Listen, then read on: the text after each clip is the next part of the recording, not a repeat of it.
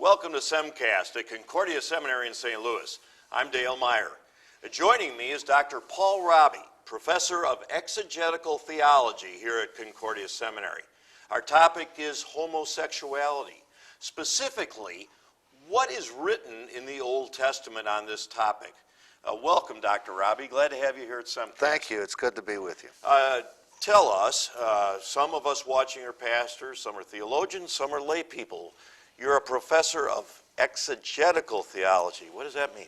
Well, that means studying the Bible and drawing out of the Bible, out of each biblical passage, what it teaches in its context. Kind of like interpretation of Bible passages? Interpretation of biblical texts in their context. And that's all you do? I primarily teach Old Testament. Okay, so if that's what you do, that indicates that you have spent a lot of time studying this topic in the Old Testament. Yeah, what does the Old Testament say about homosexuality? Well, certainly this is a big issue of the day, and many churches are wrestling with it.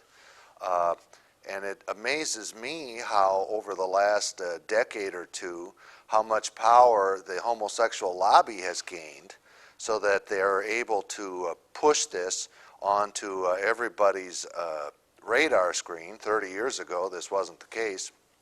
What you see is how much Hollywood and TV and the movies and journalism and public universities and what people call the new knowledge class, how much they shape our culture. Okay, that's what's happening in our lifetime. I mean, I can remember 25, 30 years ago, this was not spoken about. And now entire church bodies are, kind of backtracking and kind of caving into the pressure.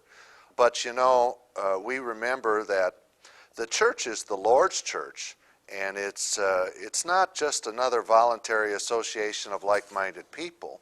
Mm-hmm. And so it's not up to us to refashion and redefine our position on everything. It's not in our control. It's the Lord's church, and we're under His word. Well, yeah, let's talk about that, because some people will say, yeah, you're saying that this is the Lord's attitude towards sexuality, and in fact it's yours, it's culturally conditioned. So let's pick that apart by getting into the Old Testament, in which you are an expert. What does the Old Testament say? What passages in the Old Testament address this issue? I'm reminded of a line in Alice in Wonderland: it's always best to start at the beginning. And when approaching the Old Testament, we always start with Genesis 1 and 2. So God created the heavens and the earth, and He made the human race in His image, after His likeness. But unlike God made the human race male and female. God Himself is not sexually male and female. But we call human races. People call Him God the Father. Yeah, that's a masculine term, but that's not a sexual male term. So you're saying God is not male? Not sexual male. Okay. And so God is not fruitful. He doesn't multiply and fill the heavens with gods and goddesses. The ancient Near East had that idea a lot, but the biblical view is radically opposed to it. The human sexuality is limited to the realm of creatures. And God created the human race, male and female, so that they might be fruitful, multiply, and fill the earth, and subdue the earth. You're quoting from Genesis 1. This is Genesis 1. And so there we see, this is how the Creator has designed the human race. Every individual is either sexually male or sexually female. Now, the biblical view is very concrete, very down to earth, very physical. We live in a culture where they think that your sexual identity is up to you to define, that it's within our ability. We can think about it in a different way. We can reconceive it, reimagine it. It's a social construct that can be constructed.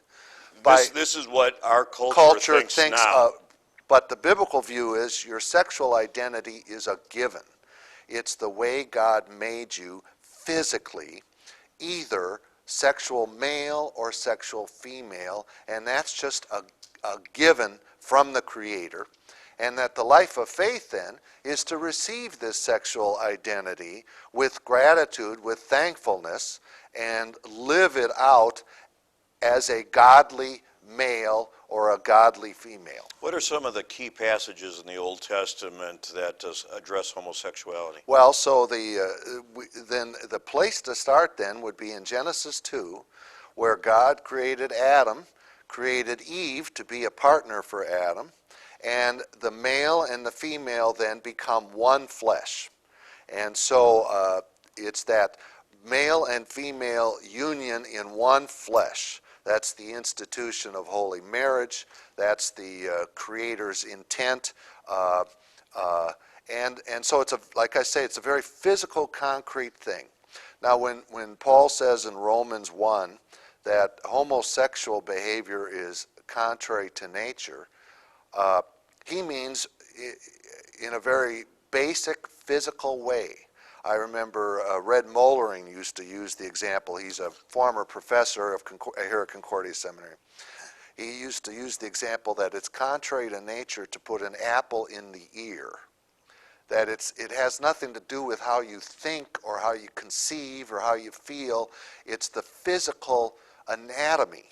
And that the male body is meant to go with a female body, not with another male body. And a female body is meant to go with a male body and not another female body. And so it's just this anatomy. So in Romans chapter 1, St. Paul is harking back to the order of things in Genesis. In Genesis, the way God created the human race, and so every individual is either a sexual male or a sexual female, and that's a given from the Creator. Now, as we page through the Old Testament, going beyond Genesis, we get to some books like Leviticus, where there are some stern condemnations for homosexuality.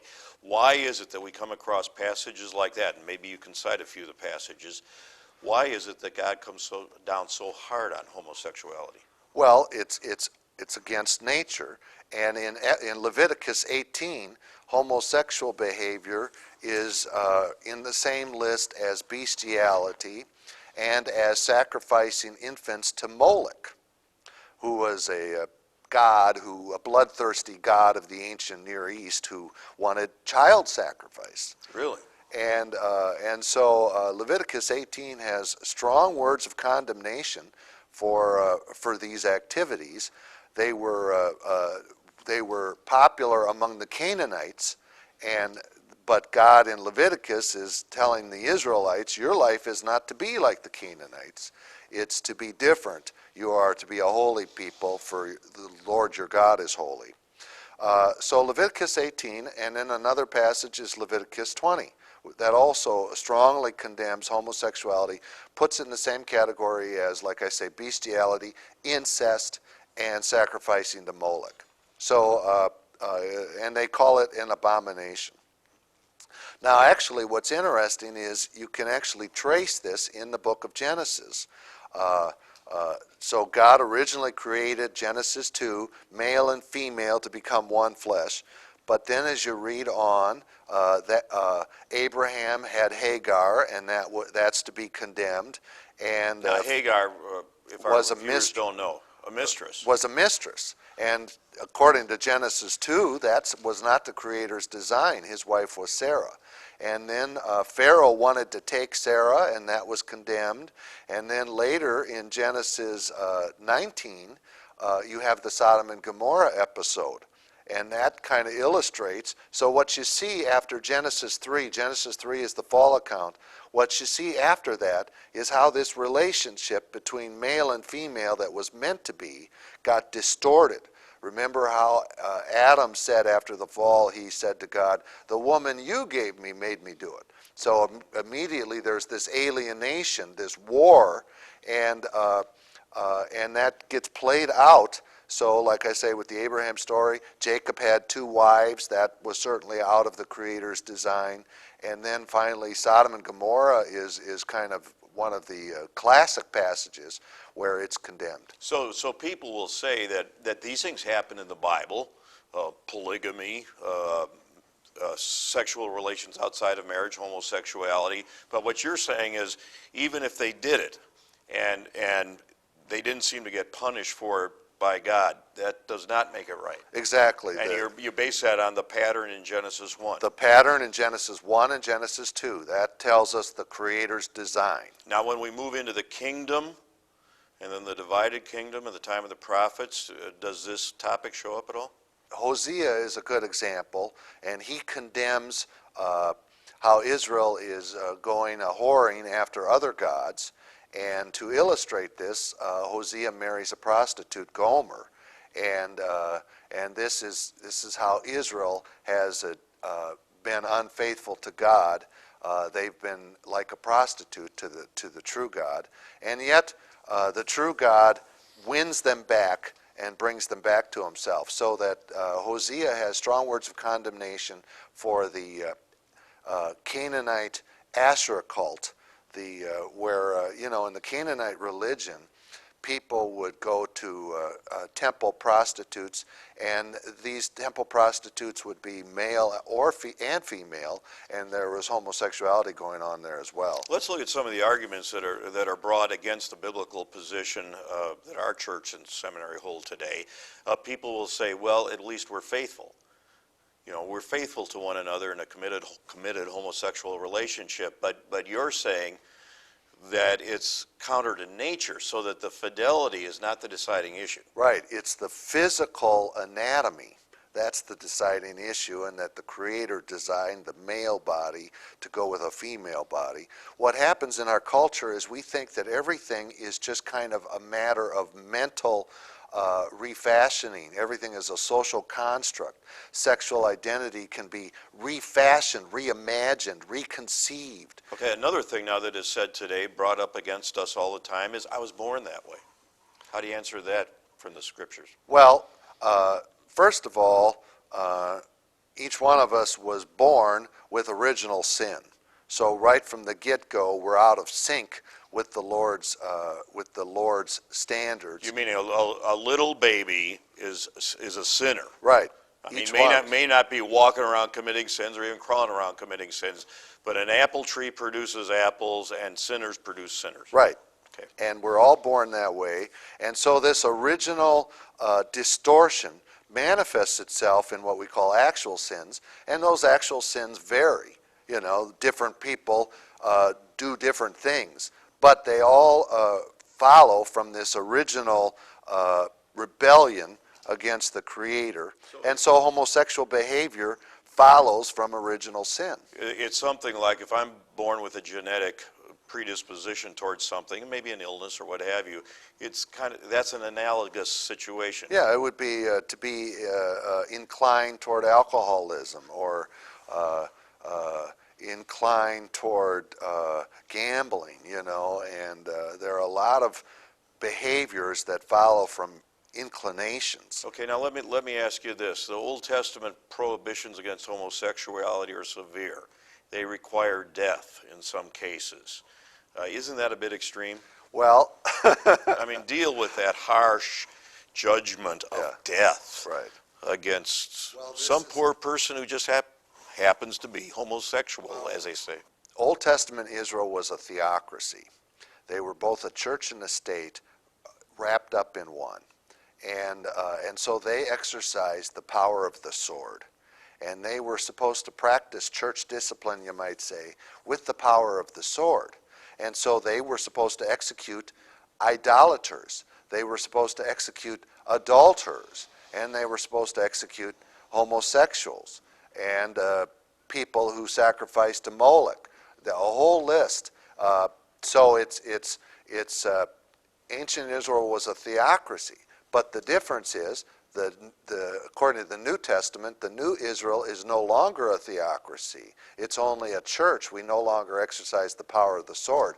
So the church does not have the right to execute people who worship other gods, for instance. So when somebody would say, well, they killed homosexuals in the Old Testament, they put them to death, why shouldn't you be doing that? You're being inconsistent, and the answer is no. The situations are totally different. church and state were wedded together then, and now the church is not the same as the state. And Right. so how do we address what you would say is a sin, correct, of homosexuality? I mean, how do we address that today then?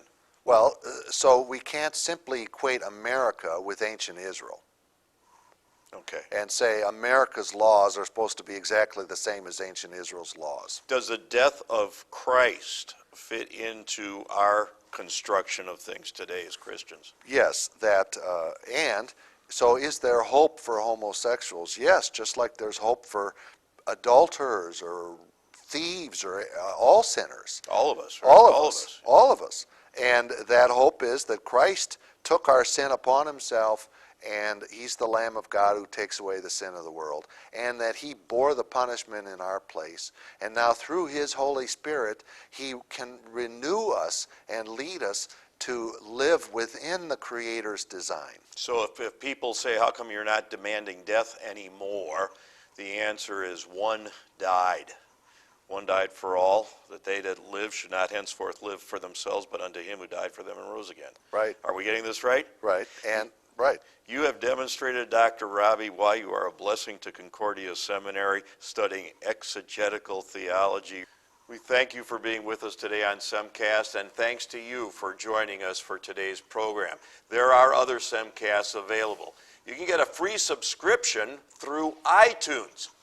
And remember the Concordia Seminary website, www.csl.edu, and you'll find many resources there for you. I hope to see you again.